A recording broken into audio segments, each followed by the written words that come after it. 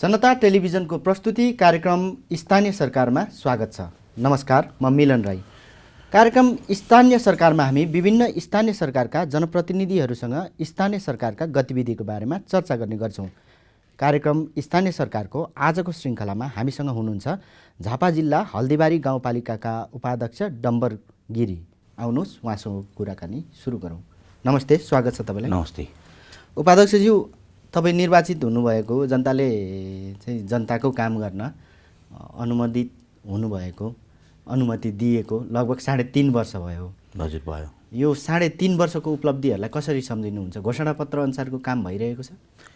यो 3.5 वर्षको हामी अहिले 3 पुगेर 3.5 वर्षै भनौँ, 3.5 वर्षको अवधिमा मैले आजसम्म हल्दीबारी गाउँपालिकाको बजेट बनाउँदा मैले आफ्नो घोषणापत्रलाई आफूले अगाडि राखेर घोषणापत्रमा हिजो मत माग्दाखेरि के कुराहरू के बाचाहरू आफूले गरिएको छ लिखित रूपमा, ती कुराहरूलाई पहिलो प्राथमिकतामा राखेर काम गरेको अवस्था छ भने मैले हिजो निर्वाचनको सङ्घारमा जुन खालको मैले घर दैलोमा त्यो घोषणापत्र वितरण गरेको छु, त्यो घोषणापत्रको मैले 80% जति काम मैले करिब सकिसकेको अवस्था छ। अहिले कतिपय कुराहरू कार्यान्वयनको अवस्थामा छन्। त्यो भएकोले गर्दा 80% जति कामहरू चाहिँ हामीले गरिसकेको अवस्थाहरू छन्। तपाईँहरू त अब स्थानीय सरकार भनेपछि त्यही लोकालिटीमा रहनुपर्ने हुन्छ, त्यही बिच समुदाय बिचमै रहेर काम पनि गर्नुपर्ने हुन्छ। जनताको प्रतिक्रिया चाहिँ कस्तो छ तपाईँ? अब यो स्थानीय सरकार भनेको जनताहरूले प्रत्यक्ष जनतासँग सरकार राख्ने सरकार हो। जनताका कतिपय कुराहरू भनौँ न, जनतासँग आवश्यकता पर्ने सबै विषयहरू स्थानीय सरकारले सम्बोधन गर्नुपर्छ। हामीले स्थानीय सरकार भएको हिसाबले जनताको हितमा, जनताको पक्षमा, जनतालाई प्रत्यक्ष राहत मिल्ने गरी नै यो स्थानीय सरकार भएको महसुस हुने गरी हामीले पहिलो प्राथमिकतामा जनताका आवश्यकताहरू के हुन्, शिक्षा, स्वास्थ्य, खानेपानी, बाटोघाटो, यी कुराहरूलाई प्राथमिकतामा राखेर हामीले कृषि, यी कुराहरूलाई प्राथमिकता राखेर हामीले काम गरेको अवस्था छ। अनि अलिकति विकास निर्माणको पनि कुरा गरौँ। के गर्दै हुनुहुन्छ विकास निर्माणको कुराहरू? तपाईँहरूले चाहिँ गुरु योजना बनाएर सुरुवाती दिनहरूमा जसरी लाग्नुभएको थियो त्यस्ता केही विकास निर्माणका कामहरू चाहिँ अहिले भइरहेको छ? हल्दीबारी गाउँपालिकामा अहिले कामको परिणाम देखिने बेला भइसक्यो, अब हुँदैछ। हामीले जतिखेर तपाईँको चाहिँ ठेक्का प्रक्रियाहरूमा लागेर जति पनि कामहरू ठेक्का लगाएका थियौँ, ती कामहरू अहिले चाहिँ करिब 60% भन्दा माथि काम चाहिँ काम हुँदै गरेको अवस्था छ भने अब त्यो चाहिँ फाइनल फिनिसिङ, अब त्यो कामको चाहिँ अन्तिम अवस्था देखिने गरेको अवस्था छ। अहिले हाम्रो चारैतिरबाट हाम्रो चाहिँ कृषिको क्षेत्रमा, पर्यटकको क्षेत्रमा, पूर्वाधारको क्षेत्रमा, शिक्षाको क्षेत्रमा, स्वास्थ्यको क्षेत्रमा चाहिँ जनताहरूसँग प्रत्यक्ष संपर्क राख्ने विषयका कामहरू दिन प्रतिदिन देखिन थालेका छन्। र स्थानीय सरकार भएको अनुभूति, स्थानीय सरकार हुँदा के हुँदो रहेछ भन्ने गरेको अनुभूति चाहिँ जनताले अहिले प्राप्त गर्न थालेको अवस्था छ। सुरुमा अलिकति समस्या कठिन भयो, किनभने अब यो चाहिँ कानुन थिएन, नयाँ व्यवस्था, कतिपय कुराहरू चाहिँ पुरानै शैलीमा पनि जान खोज्नुभयो, कर्मचारी साथीहरूको व्यवस्था थिएन। तर अहिले चाहिँ कर्मचारी साथीहरू पनि व्यवस्थित भइसक्नु भएको छ, व्यवस्थापन भइसकेको छ। हामीले पनि कतिपय कुरा चाहिँ आफूलाई सिकाउँदै जानुपर्ने स्थिति छ। त्यो भएकोले गर्दा अहिले चाहिँ हामीले कामको कुरा चाहिँ सबै कामहरू एकैपटक चाहिँ कामहरू उठ्दै निक्लिँदै गएको अवस्था छ। अब करिब 60% भन्दा बढी कामहरूले चाहिँ देखिन थालेको अवस्था छ। तपाईँको गाउँपालिका झापाको भएका गाउँपालिकाहरूमध्ये अलिक दुर्गम चाहिँ कम्पेरेटिभ हिसाबमा स्रोत साधनको हिसाबले चाहिँ अलिकति गाह्रो पनि छ। कसरी स्रोत साधन जुटाउँदै हुनुहुन्छ? वास्तवमा तपाईँले यो झापा, मान्छेले भन्ने बित्तिकै झापाको कुरा गर्छन्, तर झापामा पनि झापाको 3 नम्बर क्षेत्र जहाँ बसेर हामी अहिले प्रतिनिधित्व गरिरहेको छौँ, हाम्रो झापाको 3 नम्बर क्षेत्र पर्छ। त्यो क्षेत्रमा तपाईँको चाहिँ हिजो 1 किलोमिटर कालोपत्री थिएन। यो स्थानीय सरकार आउनुभन्दा अगाडि 1 किलोमिटर कालोपत्री थिएन। अहिले हामी निर्वाचित भएर आइसकेपछि अहिले हल्दीबारी गाउँपालिकाभित्र, मैले प्रतिनिधित्व गरेको गाउँपालिकाभित्र अहिले 70 किलोमिटर जति बाटोहरू चाहिँ बन्ने क्रममा छन् कालोपत्री। 46 किलोमिटर हामीले यो अघिल्लो आर्थिक वर्षमा ठेक्कापट्टा गरेर कतिपय बाटोहरू कालोपत्री भइसकेको अवस्था छ, कतिपय हुने चरणमा छन्। अब अहिले पनि हामीले यो आर्थिक वर्षमा पनि झन्डै 23-24 किलोमिटर कालोपत्री ठेक्का लगाइसकेको अवस्था छ भने यो हाम्रो कार्यकालभित्र चाहिँ, मेरो कार्यकालभित्र 70 किलोमिटर जति कालोपत्री एउटा गाउँपालिकाभित्र बन्ने अवस्था छ भनिसकेपछि त त्यो काम नभएको होइन हिजोभन्दा आज त। त्यो भएकोले गर्दा त्यो त एउटा पालिकाभित्र कुरा गरियो। त्यस्तै तपाईँको नजिकै छिमेकी पालिकाहरूभित्र पनि थुप्रै बाटाहरू कयौँ किलोमिटर बाटाहरू चाहिँ कालोपत्रे भइरहेको अवस्था छ। र अहिले हाम्रो चाहिँ झापाको 3 नम्बर क्षेत्र हिजोको अवस्था र आजको अवस्थामा धेरै फरक छ। हाम्रो चाहिँ अहिले भौतिक पूर्वाधारको हिसाबले हामी त्यो खालको अगुवाई गरिरहेका छौँ। पर्यटन क्षेत्रमा पनि हामीले त्यही खालका कामहरू गरिरहेको छौँ। जस्तो मेरै गाउँपालिकाभित्र जोड्ने मैले भने झापाको सबैभन्दा ठुलो चाहिँ जलथल जङ्गल भन्छ, त्यो जलथल जङ्गल चाहिँ अब तपाईँको चाहिँ हल्दीबारी गाउँपालिकाभित्र पर्छ। त्यो चाहिँ भूगोलको हिसाबले नक्साको हिसाबले सबै कुरो हल्दीबारी गाउँपालिकाभित्र पर्छ। त्यो जलथल जङ्गल झन्डै तपाईँको चाहिँ 6300 हेक्टर जमिनमा फैलिएको अवस्था छ। अहिले पनि त्यहाँ जङ्गली रैथाने हात्तीहरू चाहिँ 1500वटा हात्तीहरू बसोबास गर्ने गरेको स्थिति छ भने थुप्रै जङ्गली जनावरहरू छन्। त्यो चाहिँ एउटा एसिया एउटा महाभारत कालदेखि जोडिएर आएको एउटा चाहिँ जङ्गल हो। त्यही जङ्गलको छेउमा एउटा किचाबात पनि त्यहाँ नजिकै पर्छ। त्यो भएको कारणले गर्दा एउटा पर्यटकको सम्भावना बोकेको ठाउँ पनि हो। त्यसलाई अब हामीले कसरी विकास गरेर लान सकिन्छ भनेर हामीले त्यहाँको चाहिँ एकदम जनपक्षीय नेता द्रोणाचार्य छेत्रीको नाममा अहिले हामीले त्यो जङ्गलको वरिपरि चाहिँ द्रोणाचार्य पर्यटक सडक निर्माण गर्ने भनेर हल्दीबारीले हामीले काम पनि अगाडि बढाइसकेको अवस्था छ। अहिले हामीले त्यो जङ्गल र आवादीको सिमानाबाट चाहिँ हामीले एउटा पर्यटक सडक पनि निर्माण गरिरहेको थियौँ। त्यो जुन चाहिँ हामीले अहिले द्रोणाचार्य पर्यटक सडक भनेर गरेका छौँ। त्यस्तै हाम्रो हल्दीबारी गाउँपालिकाभित्रै नै एउटा चाहिँ भेलागुडी भन्ने सिमचार छ। त्यो चाहिँ 3टा पालिकाको छेउमा पर्छ। भूगोलको हिसाबले हल्दीबारीको हो। त्यो चाहिँ सदरमुकामबाट 2 किलोमिटर पश्चिममा पर्छ। त्यहाँ चाहिँ अहिले त्यो 91.56 हेक्टर जमिनमा फैलिएको छ। त्यसलाई हामीले चाहिँ लोकतान्त्रिक शहीद स्मृति पार्कको रूपमा निर्माण गरेका छौँ भने अहिले झापा जिल्लाको अत्याधिक धेरै मान्छेहरूको चाहिँ आउने रमाउने रमझम गर्ने तपाईँको चाहिँ एउटा पार्कको रूपमा त्यो अग्रपङ्क्तिमा रहेको अवस्था छ। गत आर्थिक वर्षमा हामीले लेखाजोखै राख्यौँ हामीले झन्डै 1 लाखभन्दा बढी आन्तरिक पर्यटकहरू चाहिँ पहिलो वर्ष आएको अवस्था छ भने अहिले पनि लाखको हाराहारीमा त्यो चाहिँ खास कसरी आउनुहुन्छ भन्दा अहिले पिकनिक स्पोटको रूपमा चाहिँ त्यो 1 नम्बर गन्तव्य स्थानको रूपमा चाहिँ रहेको छ भेलागढी। त्यो भएको कारणले गर्दा हामीले यस्तो एउटा सम्भावना बोकेको ठाउँ पनि हो हल्दीबारी। र हामीसँग झापाको सबैभन्दा ठुलो चाहिँ जलथल जङ्गल छ। अर्को सानो अर्को जङ्गल हल्दीबारीको त्यो जङ्गललाई हामीले गाउँपालिकाले नै पर्यटक क्षेत्रमा अगाडि बढाउने गरी एउटा सिमसार व्यवस्थापन गरेर पिकनिक स्पोटको रूपमा छ। त्यो चाहिँ सदरमुकाम नजिक पर्छ। त्यो भएकोले गर्दाखेरि पर्यटन क्षेत्र भौतिक पूर्वाधारमा चाहिँ हामीले 70 किलोमिटर जति कालोपत्रेमा चाहिँ सक्ने गरेको लक्ष्य लिएका छौँ। हाम्रो कार्यकालमा हामीले 200-250 किलोमिटरभन्दा बढी बाटो झन्डै 250 किलोमिटर जति बाटो अहिले ग्राभेल गरिसकेको अवस्था छ भने झन्डै 400-500 भनौँ न 400 को हाराहारीमा चाहिँ बाटोहरू चाहिँ भित्रसम्म चाहिँ गाउँ टोल बस्तीहरूमा जाने गरेको बाटोहरूको सञ्जालहरू विस्तार गरिसकेको अवस्था छ। त्यो भएकोले गर्दाखेरि उपाध्यक्षज्यूलाई मैले अर्को कुरा पनि जोड्न चाहेँ। जनताको जीवन स्तर उकास्ने खालको केही काम गर्नुभएको छ? हामीले अहिले जनताहरूलाई हल्दीबारी गाउँपालिकाको स्थानीय सरकार आइकन जनताहरू प्रत्यक्ष रूपमा झन्डै 300 जति मान्छेहरूलाई हामीले चाहिँ रोजरोटीसँग पनि जोडेको अवस्था छ। मलाई लाग्छ सायद अरू पालिकामा त्यो छैन। जस्तो कहाँ छन् भन्नुपर्दा अहिले हामी 753वटा स्थानीय तहमा हामीलाई नेपाल सरकारको चाहिँ मन्त्रालयबाट पनि हामीले शिक्षा मन्त्रालयबाट पनि एउटा कार्यक्रममा सहभागी भएको थियौँ। तपाईँको चाहिँ हामी अहिले शिक्षाको क्षेत्रमा नमुना काम गरिरहेका छौँ। नमुना भनेको के भन्दा हामीले शिक्षा पनि उत्तिकै आवश्यकता हो भन्ने गरेको हिसाबले समग्र हाम्रो गाउँपालिकाको बजेटको 24%, 25%, 26% बजेट हामी शिक्षा क्षेत्रमा लगानी गरेका छौँ। जस्तो केमा गरेका छौँ भन्दा हाम्रोमा जम्मा 17वटा सामुदायिक विद्यालय छन्।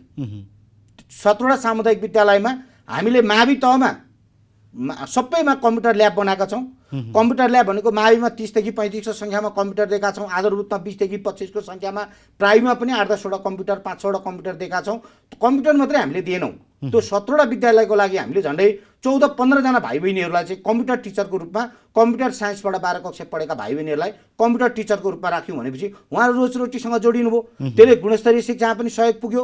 हामी प्रविधि चलाउने कुरामा पनि भाइ बहिनीलाई सहयोग पुग्यो। त्यो भएर हिजो सामुदायिक विद्यालयमा चाहिँ हेर्नुपर्ने स्थिति थियो नि त कम्प्युटरहरू। तर आज हामीले ल्याब बनाइदिएको अवस्था छ र त्यहाँ ती लोकल भाइ बहिनीहरूले रोजरोटी पाएको अवस्था छ। शिक्षाको कुरो पनि मैले यो बिचमा जोडिहालेँ ल।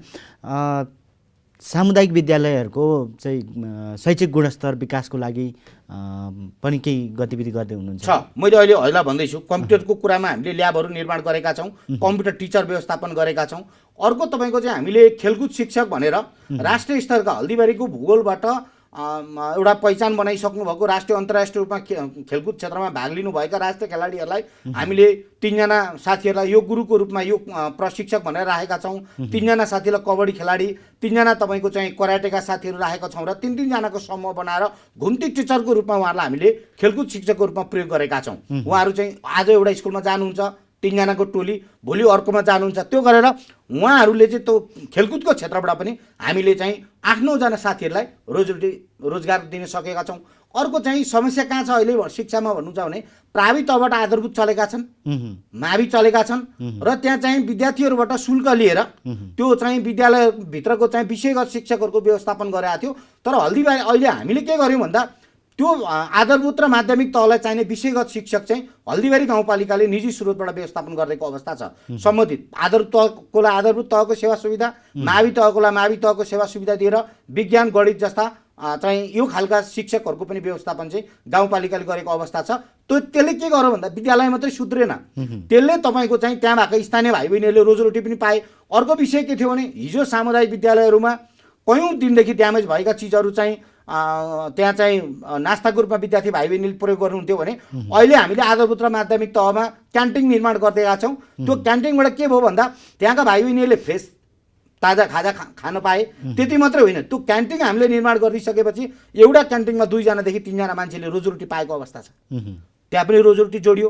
अर्को हामीले के गर्यौँ भने विद्यालयमा काम गर्ने बाल शिक्षकहरू जो लामो समयदेखि 6,062 रुपियाँमा काम गरिरहनु भएको थियो, अहिले पनि उहाँहरू आन्दोलनको क्रममा हुनुहुन्छ। त्यस पछाडि तपाईँको चाहिँ विद्यालय कर्मचारीहरू र विद्यालय सहयोगीहरू जहाँ 4,045 3,000मा उहाँहरूले चाहिँ दिनभरि काम गर्नु पर्थ्यो स्कुलमा, आज हामीले के गरेका छौँ भन्दा उहाँहरूलाई श्रम ऐनमा व्यवस्था भएको 13,500 रुपियाँ पैसा नेपाल सरकारले दिएकोमा कति पुग्दैन, त्यो हामी स्थानीय सरकारको तर्फबाट थपेर हामीले 13,500 रुपियाँ श्रम ऐनमा व्यवस्था भए अनुसारको सेवा सुविधा हामीले पुर्याइदिएको अवस्था छ। र यस्तै तपाईँको चाहिँ पर्यटक क्षेत्र मैले अघि जोडेँ, हिजो 1 जना मान्छे त्यहाँ पुग्दैन थियो, हामी पनि दिउँसो त्यो पर्यटक क्षेत्र जहाँ मैले अघि भेलागढी सिमसार हामीले अहिले लोकतान्त्रिक साहित्य स्मृति पार्क बनाउँदैछौँ भने त्यो पार्कमा हामी 2 वर्ष अगाडि जाँदाखेरि हाम्रै जिउ आङ जिरिङ्ग हुन्थ्यो दिउँसै, बा यता कोही लुक्या छ कि बा यता केही घटाएको छ कि जस्तो हुन्थ्यो। आज तपाईँको चाहिँ हामीले त्यसलाई एउटा सिमसार पर्यटक क्षेत्रको रूपमा विकास गर्दाखेरि आज त्यहाँ 50औं मान्छेले रोजीरोटी पाएको छन्। कसले पायो? कसैले चिया पसल सञ्चालन गर्नुभएको छ, कसैले तपाईँको चाहिँ होटेल सञ्चालन गर्नुभएको छ, कसैले चटपटे, कसैले आइसक्रिम, यी खालको हिसाबले मान्छेलाई रोजीरोटीसँग जोड्यो नि त। म अहिलेको अर्को कुरो पनि जोडेँ, तपाईँको गाउँपालिका उर्वर भूमि झापाभित्र पर्यो। कृषि क्षेत्रलाई चाहिँ निर्वाहमुखीबाट चाहिँ उत्पादनमुखी बनाउनको लागि त्यस्तो केही हामीले एउटा गतिविधि गर्दै हुनुहुन्छ? एउटा नारा अगाडि सार्यौँ, हामीले चाहिँ हल्दीबारीको बाछा झापाभरि माछा भन्यौँ र आज हामीसँग झन्डै 50 को सङ्ख्याभन्दा बढी चाहिँ माछा व्यवसायी साथीहरू आबद्ध हुनुभएको एउटा समिति बनाउनु भएको छ। अहिले हामीलाई प्रदेश नम्बर 1 सरकारले माछाको पकड क्षेत्रको रूपमा पनि हल्दीबारी गाउँपालिकालाई घोषणा गरेको अवस्था छ भने आज हिजो सामान्य रूपमा एउटा खाल्टा खनेर आफूलाई चाहिँ यसो चाहिँ आफूले प्रयोग गर्ने गरेको माछा उत्पादन गर्नुहुन्थ्यो भने आज व्यावसायिक रूपमा माछा उत्पादन गर्नको लागि 50 जनाभन्दा बढी साथीहरू व्यवसायी बन्नु भएको छ भने चाहिँ उहाँहरू रोजीरोटीसँग जोडिनु भयो नि त। त्यो माछा कृषकहरूलाई माछा पालनमा जो लाग्नु भएको छ उहाँहरूलाई केही गाउँपालिकाको तर्फबाट चाहिँ अनुदान? हामीले अनुदान उहाँहरूलाई चाहिँ हामीले 1 हेक्टर जमिन बराबर हामीले 10,000 रुपियाँ पैसा पहिला पोखरी विस्तारको लागि दिएको थियौँ। अहिले प्रदेश सरकारबाट गत आर्थिक वर्षमा उहाँहरूलाई 90 लाख रुपियाँ पैसा नेपाल प्रदेश सरकारबाट माछाको पकड क्षेत्र भनेर घोषणा गरेको, त्यसबाट उहाँहरूले आफूलाई चाहिने प्रविधिहरू केही कुराहरू र माछा पोखरी विस्तारहरू गर्नुभयो। अहिले पनि माछा व्यवसायी साथीहरूलाई चाहिने सामग्रीहरू के हो भनेर हामीले कार्यक्रमहरू हालेका छौँ, कार्यक्रम सञ्चालन भएको छ। माछाका भुराहरू अनि चारोहरू कसरी? भुराहरू उहाँहरूले चाहिँ अब भुरा चाहिँ अहिले आफैले उत्पादन गरेको अवस्था छैन उहाँहरूले। अब दाना चाहिँ कतिपय साथीहरूले लोकल हिसाबले पनि त्यहीँनिर दाना, माछाले खाने दानाहरू, घरैसी दानाहरू चाहिँ प्रयोग गर्न थाल्नु भएको छ, आफैले पनि बनाएर। अब कतिपय त अब बाहिरबाट आएर गर्नुहुन्छ, तर अब यसलाई एकैचोटि सबै कुराको त व्यवस्थित गर्न सकिँदैन। अब बिस्तारै बिस्तारै तपाईँको चाहिँ व्यवस्थापन गर्ने हो भने हामी एउटा माछामा आत्मनिर्भर बन्न सक्छौँ भन्ने चाहिँ यो अहिलेको जुन माछा हामीले जुन हल्दीबारीको बाछा माछाभरि झापा यो जुन कार्यक्रम सञ्चालन गरेका छौँ यसले छ। र हल्दीबारी गाउँपालिका भनेको तपाईँको चाहिँ कृषियोग्य नै हो, हाम्रो त्यहाँ मूल नारै छ। तपाईँको हल्दीबारीको दृष्टि कृषि र पर्यटन मात्र समृद्धि भन्ने हाम्रो मूल नारा छ। हामीले पर्यटन, मैले अघि तपाईँलाई सोधेँ, झापाको सबैभन्दा ओझेलमा पर्यो, फरक विषय हो। किनभने झापाको अहिले जलथल जङ्गल ठुलो जङ्गल हो, झापाको सबभन्दा ठुलो जङ्गल हो। 12-15 16वटा हात्तीहरू त्यहाँ रहिखाने हात्तीहरू बस्छन् भनेपछि तपाईँले बुझ्नुभयो 6300 हेक्टर जमिन भनेको चाहिँ 10,000 बिघा जमिन हो। त्यो भएकोले गर्दा त्यो जङ्गल छ। अर्को सानो जङ्गल हामीले आफै पनि पर्यटन क्षेत्रको रूपमा विकास गरिरहेका छौँ। अब कृषि क्षेत्र भनेको चाहिँ हाम्रो भूभाग चाहिँ झन्डै तपाईँको चाहिँ भनौँ न 75% भनौँ झन्डै 20-25% जति चियाको क्षेत्रमा छ। हाम्रो गाउँपालिकाभित्र झन्डै तपाईँको चाहिँ 5-6वटा चिया फ्याक्ट्री, चिया उद्योगहरू पनि छन्। त्यो भएकोले गर्दा त्यो पनि कृषि हो। त्यहाँ हजारौँ मान्छेले रोजीरोटी पाएको अवस्था छ चियाको क्षेत्रमा। त्यो भएको कारणले गर्दा अरू खेतीयोग्य जमिनहरू छन्।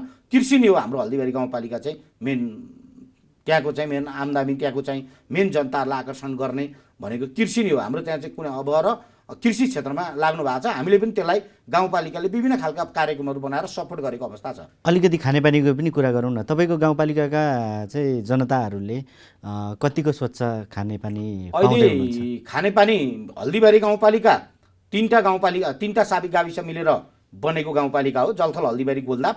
पहिला यो खानेपानी सञ्चालन थिएन। अहिले हामी जनप्रतिनिधि आइसकेपछि निर्माणको क्रममा थिए, कोही निर्माण भएर सञ्चालन हुन सकेका थिएन। अहिले जलथलको चाहिँ खानेपानी सञ्चालन भइसकेको अवस्था छ।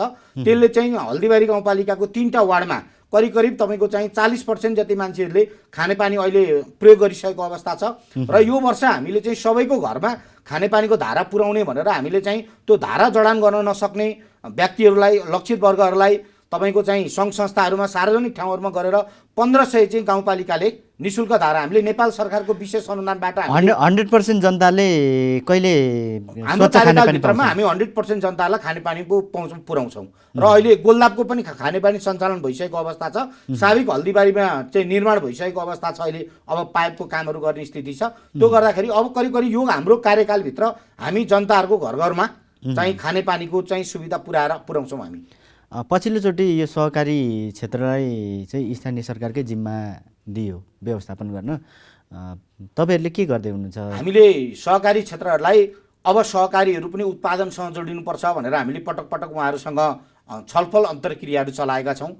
हामीले सहकारी संस्थाहरूलाई अहिले हल्दीबारी गाउँपालिकाले 5 लाखदेखि 15 लाख रुपियाँसम्म पैसा हामीले सहकारीहरू जो चाहिँ तपाईँको चाहिँ जनताहरूलाई सेवा दिइरहनु भएको छ होइन, सुपथ मूल्यका पसलहरू सञ्चालन गर्नुभएको छ, मलबिउहरूको चाहिँ पसल सञ्चालन गर्नुभएका सहकारीलाई अहिले 5 लाखदेखि हामीले 15 लाखसम्म भवन निर्माणको लागि गाउँपालिकाले एउटा कार्यविधि बनाएर अनुदान दिने गरेको व्यवस्था गरेका छौँ। भर्खरै हामीले सूचना निकालेका थियौँ। आफ्नै स्वामित्वमा आफ्नै नाममा जग्गा भएका सहकारीहरूले अहिले पनि झन्डै आधा दर्जन जति सहकारीहरूले माग गर्नुभएको छ। हामीले उहाँहरूलाई 15 लाख रुपियाँसम्म भवन बनाउने पैसा दिने, तर उहाँहरूले सुपथ मूल्यमा पसलहरू सञ्चालन गर्नुपर्ने र उत्पादनसँग जोडिनु पर्यो सहकारीहरू। एक सहकारी एक उत्पादनमा जोड। जस्तो अघि मैले माछाको कार्यक्रम भने, एउटा सहकारीले माछासँग चाहिँ जोडिने हुने हो भने त्यो सहकारीले त्यहाँ चाहिने दानाको व्यवस्थापन गरिदिने, माछाको भुराको व्यवस्थापन गरिदिने र त्यहाँबाट उत्पादन भएको माछा त्यो सहकारीले बजारमा पुर्याउन सक्यो नि त। त्यो गर्न सकिन्छ भनेर हामीले एउटा सहकारी माछासँग जोड, एउटा सहकारी चाहिँ सक्छौ भने तिमी ठुल्ठुला धानका सेलर मिलहरू खोल, हामी अनुदान दिन्छौँ। हामीसँग चाहिँ कयौँ बिघा जमिनहरू चाहिँ विद्यालयको नाममा, गाविसका नाममा तपाईँको चाहिँ यसै बाँझो बसेर गएको अवस्था छ भने बरु हामी त्यो त्यहाँ जमिनमा ती खालका चाहिँ प्रयोग गरेर हामीले उत्पादन गरेका धान, किसान वर्षभरि धान चाहिँ हलो जोत्छ अनि किसानको चाहिँ भाउ राख्ने बेलामा चाहिँ एउटा व्यवसाय आएर दाम तोकिदिन्छ। त्यो भएपछि भरिसक सकिन्छ भने सहकारीकै माध्यमबाट तपाईँको चाहिँ त्यो धानहरू किनौँ, त्यहाँबाट उत्पादन गरौँ, चामलहरू चाहिँ अब हामी आफै उत्पादन गरेर हामीले बाहिर पुर्याउन सक्यौँ। त्यहाँ उत्पादन भएका मकैहरू हामीले आफै तपाईँको चाहिँ प्रशोधन गरेर बाहिर लान सक्यौँ। त्यो भएको कारणले गर्दा सहकारीहरू अब उत्पादनसँग जोडिनुपर्छ। यो पैसा चाहिँ भेला गरेर यो पैसा मात्रै लगानी गरेर यो पैसा बेच्ने काम गर्नु हुँदैन भन्ने गरेको चाहिँ हामीले सहकारीहरूसँग राखेका छौँ। अहिले सहकारीहरू उत्पादनसँग पनि जोडिन थाल्नु भएको छ। कृषिको उत्पादनको कुरा गरिरहँदा तपाईँको गाउँपालिकामा सिँचाइको व्यवस्था चाहिँ कस्तो छ? हाम्रो सिँचाइको व्यवस्था चाहिँ हामीसँग भुतुनी सिँचाइ, भुसुडी सिँचाइ, अर्चना सिँचाइहरू गरेर 3टा सिँचाइहरू छन्। त्यो चाहिँ हिउँदको समयमा मुस्किलले त्यहाँबाट पानीहरू चाहिँ बग्छन्। अहिले हामीले त्यसलाई पक्की नालाको रूपमा निर्माण गर्ने गरेको चाहिँ गरेका छौँ। भर्खरै हामीले चाहिँ भुसुडी हर्चाना सिँचाइ अहिले पक्की नाला बनिसकेको बन्दै गरेको अवस्था छ भने अरू दुईटाको चाहिँ हामीले अहिले नेपाल सरकारसँग समपूरक अनुदानहरूमा हामीले त्यो चाहिँ विशेष अनुदानहरूमा पनि हामीले माग गरेको अवस्था छ। र हामीले जो हल्दीबारी गाउँपालिकाका बासिन्दाहरूलाई करिब करिब आज हाम्रो कार्यक्रम 3 पुर्गे 4वटा कार्यक्रम हामीले हरेक वर्ष चलाइरहेका छौँ। हाम्रो पहिलो वर्ष झन्डै 700 जति मान्छेहरूले सिँचाइको मोटर लानुभयो। हामीले त्यही 3 horse power 2 horse power 3 horse power चाहिँ हामीले 5 बिघा बराबर एउटा मोटर दिएका छौँ। त्यो मोटर गाड्दा समग्र तपाईँको चाहिँ आधी खर्च चाहिँ गाउँपालिकाले बिहोरिदिएको अवस्था छ। भनेको जमिनदेखि माथिको मोटरहरू लगायत कल टुबेलको पैसा गाउँपालिकाले आधी पैसा गाउँपालिकाले बिहोरेको छ। जमिन मुनि कतिमा पानी आउँछ कति मिस्त्री खर्च लाग्छ त्यो चाहिँ किसानले बिहोरेको अवस्था छ। र साझेदारीमा हामीले मोटरको कार्यक्रम चलाएको छौँ। र अहिले हाम्रोमा 2000 भन्दा माथि किसानहरूले गाउँपालिकाबाट साझेदारीमा 2000 चाहिँ किसान दाजुभाइहरूले मोटर चाहिँ साझेदारीमा कार्यक्रम चलाएको अवस्था छ।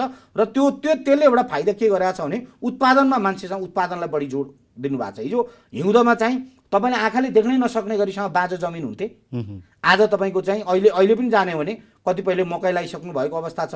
अहिले तपाईँको चाहिँ मान्छेहरू तोरीमा आत्मनिर्भर बने। अहिले धेरै मान्छेहरूले चाहिँ अहिले तोरीको तेल भनौँ न बजारबाट किनेर खाने कुराको चाहिँ अन्त्य गर्दै गएको अवस्था छ। त्यो भएकोले गर्दा सिँचाइको पनि हामीले चाहिँ 2000 जति किसानलाई त्यो व्यवस्था गरेका छौँ। कार्यक्रमको अन्त्यतिर पनि छौँ। दुईटा प्रश्न मैले एकैचोटि जोड्न चाहेँ। पहिलो कुरो ऐन कानुन आफैले बनाउनु पर्ने थियो पछिल्लोचोटि स्थानीय निकायहरूको होइन नीति नियमहरू आफै बनाउनु पर्ने थियो। काम गर्न कतिको असहज भयो। र अन्तिम क्वेसन चाहिँ के रहेको छ भने तपाईँले आफ्नो कार्यकाल सक्दासम्म के काम चाहिँ पुरा गर्छु भनेर अठोट लिनुभएको छ? अहिले तपाईँले ऐन कानुनको कुरा गर्नुभयो। हामीले चाहिँ अब दर्जनौँ ऐन कानुन कार्यविधिहरू ऐन नियमहरू बनाएको अवस्था छ। कानुन नटेकिकन काम गर्न पाइँदैन। किनभने हिजोको साबी गाविस होइन। हामीले अहिले हरेक कुराका चाहिँ निर्णय गर्नुपर्दा पनि दफा उपदफा कहाँ के छन् भनेर कानुनी कुराहरू खुलाएरै लेख्नुपर्ने प्रश्न छ। कतिको सहज असहज कतिको भयो? सहज चाहिँ यस्तो छ अब तपाईँको चाहिँ हाम्रो योग्यता हाम्रो क्षमता सबै जनता जनार्दन हुन्। जनताहरूले मत दिनुभयो हामी त्यो ठाउँमा पुग्यौँ। हामी कानुनको विद्यार्थी पनि होइनौँ। त्यो भएको कारणले गर्दाखेरि काम गर्ने कुरामा पहिला अलिक असहज बन्यो। हामीले बुझेनौँ। अहिले पछिल्लो क्रममा चाहिँ अब विभिन्न नेपाल सरकारबाट प्रदेश सरकारबाट अन्तर्क्रिया कार्यक्रमहरू भए गोष्ठीहरू भए त्यहाँबाट पनि केही कुरा हामीले प्राप्त गऱ्यौँ। केही कुरा हामीले चाहिँ छिमेकी पालिकाहरूबाट पनि सिकौँ। त्यो भएको कारणले गर्दा अहिले काम गर्ने कुरामा असहज छैन, सहज परिस्थिति छ। र अब मैले चाहिँ यो आफ्नो कार्यकालभित्रमा करिब हल्दीबारी गाउँपालिकाभित्र म आफूले देखेको कुरा शिक्षामा म आफै लागेको कारणले गर्दा शिक्षामा चाहिँ हामीले एउटा परिवर्तन गरेर छोड्छौँ। हिजो चाहिँ संस्था भनौँ न संस्थागत र सामुदायिक विद्यालयमा फरक केही छैन है भन्ने म्यासेज अहिले पनि हामीले दिइसकेको अवस्था छ। हामीले सामुदायिक विद्यालय सुधारेर लगेको अवस्था छ। स्वास्थ्यको क्षेत्रमा अहिले हाम्रो सबै वार्डहरूमा स्वास्थ्य चौकी निर्माण भइसकेको चाहिँ अवस्था छ। नेपाल सरकारबाट 1500 अस्पताल समेत हामीले प्राप्त गरेको अवस्था छ भने अहिले त्यसलाई ठेका प्रक्रियाको चरणमा गइरहेको अवस्था छ भने हामी स्वास्थ्यको क्षेत्रमा पनि हामीले चाहिँ स्थानीय सरकारले दिनुपर्ने आधारभूत स्वास्थ्य हामीले जनतालाई हाम्रो कार्यकालमा पुरा गर्नेछौँ। हाम्रो कार्यकालमा जनतालाई दिनुपर्ने आधारभूत शिक्षाहरू हाम्रो चाहिँ 12 कक्षासम्म भाइ बहिनीहरूले निःशुल्क पढ्नुहुन्छ। हामीले 11-12 का भाइ बहिनीहरूलाई विद्यार्थी सङ्ख्या गनेर विद्यालयलाई 500 को दरले अनुदान दिने गरेका छौँ। त्यहाँ विद्यार्थीहरूले पैसा तिर्दैनन् हाम्रो हल्दीबारी गाउँपालिकामा। त्यो भएको कारणले गर्दा शिक्षाको क्षेत्रमा हामीले धेरै अग्रपङ्क्तिमा गइसकेका छौँ। अब हाम्रो परिणाम देखिनु बाँकी छ। हामीले परिणाम निकाल्नुपर्छ। र अर्को तपाईँको चाहिँ हामीले पर्यटन क्षेत्र मान्छेहरूलाई चाहिँ 6 दिनसम्म 7 दिनसम्म 6 दिनसम्म काम गरेर एक दिन रमाउनको लागि कर्मचारीहरूलाई पनि रमाउनु ठाउँ चाहिन्छ। विद्यार्थीहरूलाई पनि एक दिन रमाउनु ठाउँ चाहिन्छ। मान्छेहरूलाई त्यो भएको कारणले गर्दा हामीले एउटा पर्यटक क्षेत्रको रूपमा पनि विकास गरेर यो हाम्रो कार्यकालमा जानेछौँ। हामीले 70 किलोमिटर जति कालोपत्रे हल्दीबारी गाउँपालिकामा हाम्रो कार्यकालभित्र निर्माण गरेर जानेछौँ। झन्डै हामी 400-500 जति चाहिँ सञ्जालहरूमा ग्राभेल गरेर हिजोको जस्तो अवस्था एम्बुलेन्स आउँदा रोकिनुपर्ने परै बस्नुपर्ने गाडीहरू परै रोकिनुपर्ने भन्ने गरेको छैन। हामीसँग 100 जति काठे पुल थिए। हामीले काठे पुल मुक्त गाउँपालिका भनेर 3 वर्षभित्रमा बनाइसक्ने भनेका थियौँ। अब हामीसँग 3-4 मात्रै ठुल्ठुला खोलाका पुलहरू छन्। त्यो पनि हामीले नेपाल सरकारसँग माग गरेको अवस्था छ। किनभने त्यहाँ धेरै ठुलो लगानी त्यहाँ चाहिँ करोडौँ पैसाहरू लाग्ने गरेको अवस्था छ भने हामीले गाउँपालिकाले काठे पुल मुक्त गाउँपालिका घोषणा गरिसकेको अवस्था छ। त्यो भएको कारणले गर्दाखेरि चाहिँ हामीले हल्दीबारीमा र अब बाँकी समयसम्म जोड्दा हामीले अझै पनि हामीले मान्छेहरूलाई रोजरोटीसँग हामीले लिएका कार्यक्रममा त्यो चाहिँ मान्छेहरूसँग जोडिनु पर्यो। रोजीरोटीसँग जोडिनुपर्छ भन्ने गरेको हिसाबले हामीले जनतालाई प्रत्यक्ष तपाईँको राहत पुग्ने गरेको, जनतालाई प्रत्यक्ष यो स्थानीय सरकार हुने गरेको महसुस हुने गरी कार्यक्रमहरू सञ्चालन गरेको अवस्था छ। कार्यक्रममा समय दिनुभयो, धेरै धेरै धन्यवाद। ठिक छ, यस टेलिभिजनमा मलाई बोलाएर आफ्नो गाउँपालिकाका र आफ्ना केही कुराहरू राख्ने अवसर मौका दिनुभएकोमा तपाईँ लगायत चाहिँ जनता टेलिभिजनलाई मेरो गाउँपालिकाको तर्फबाट र मेरो व्यक्तिगत तर्फबाट म धन्यवाद दिन चाहन्छु। कार्यक्रम स्थानीय सरकारको आजको श्रृङ्खलामा हामीसँग हुनुहुन्थ्यो झापा जिल्ला हल्दीबारी गाउँपालिकाका उपाध्यक्ष डम्बर गिरी। कार्यक्रम स्थानीय सरकारको अर्को श्रृङ्खला लिएर अर्को साता आउनेछौँ। त्यति बेलासम्म हेर्दै गर्नुहोला जनताद्वारा जनताका लागि प्रसारित जनता टेलिभिजन। हस्त धन्यवाद, नमस्ते।